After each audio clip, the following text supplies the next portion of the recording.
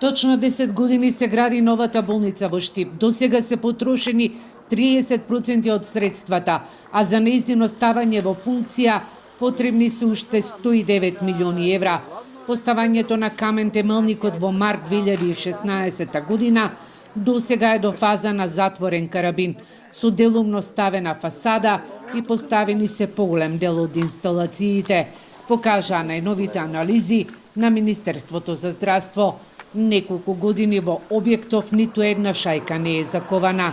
Првите луѓе на македонското здравство со делегацијата на Светска банка денеска во Штип го разгледаа концептот за завршување и целосно опремување на новиот болнички комплекс.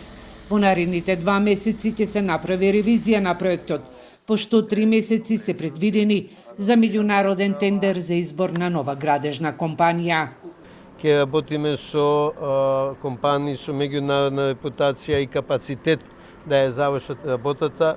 Морам да кажам дека сега имаме и одредено искуство со реконструкциите на оперативните блокови во 8 септември во клиничкиот центар, кој се најсензитивниот дел и најскапиот дел во овој зафат, така да мислам дека можеме да донесеме мудри одлуки за да нема проблеми како што имаше во претходниот период со изведувањето на работите. Додека се прават чекорите за рестартирање на изградбата на новата болница во Штип, старата зграда во која се лекуваат пациентите од целиот источен регион од силното невреме остана без дел од кровот.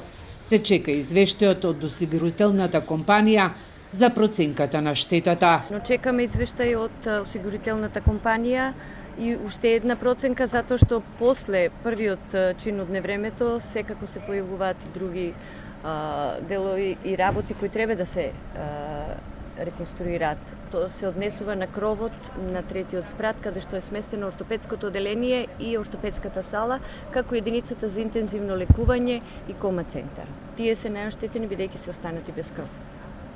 Откако летна дел од кровот од силниот ветар, пациентите од ортопедија се сместени на други оделенија, а пациентите со скршеници се испраќаат во други болнички центри во земјата.